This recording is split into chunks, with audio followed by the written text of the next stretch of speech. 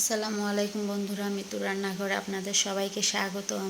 আশা করি আপনারা সবাই ভালো আছেন। আমি আজকে আপনাদের জন্য একটি বেগুন ভাজার রেসিপি নিয়ে আসছি। তো চলেন দেখি। আমি একটা বড় সাইজের বেগুন নিয়ে নিয়েছি।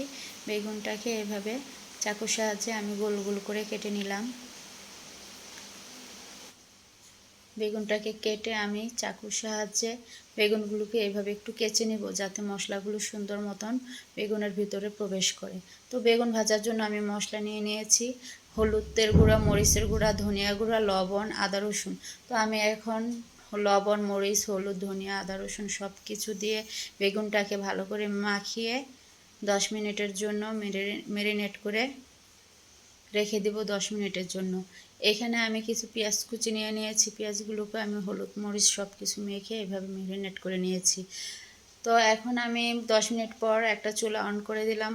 চুলাটা জ্বালিয়ে আমি এখানে একটা ফ্রাই প্যান দিয়ে দিয়েছি। ফ্রাই প্যান দিয়ে তেলটাকে গরম করে বেগুনগুলোকে এভাবে ছেড়ে দিয়েছি। বেগুনগুলোকে আমি একটা ঢাকনার সাহায্যে 5 মিনিটের মতন রান্না করব।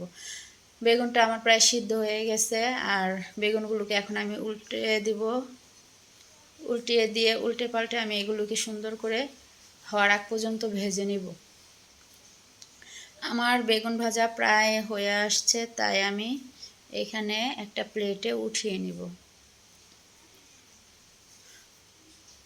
আমি এখানে প্লেটে সবগুলো বেগুন উঠিয়ে অপর পাশে ফ্রাই প্যানে যে তেলটা ছিল বেগুন ভাজার, ওই তেলে আমি পেঁয়াজগুলোকে ম্যারিনেট করা পেঁয়াজগুলোকে আমি এভাবে ভেজে নিব। ভেজে নিয়ে ব্রাউন করে বেগুন ভাজার উপরে এভাবে দিয়ে দিব।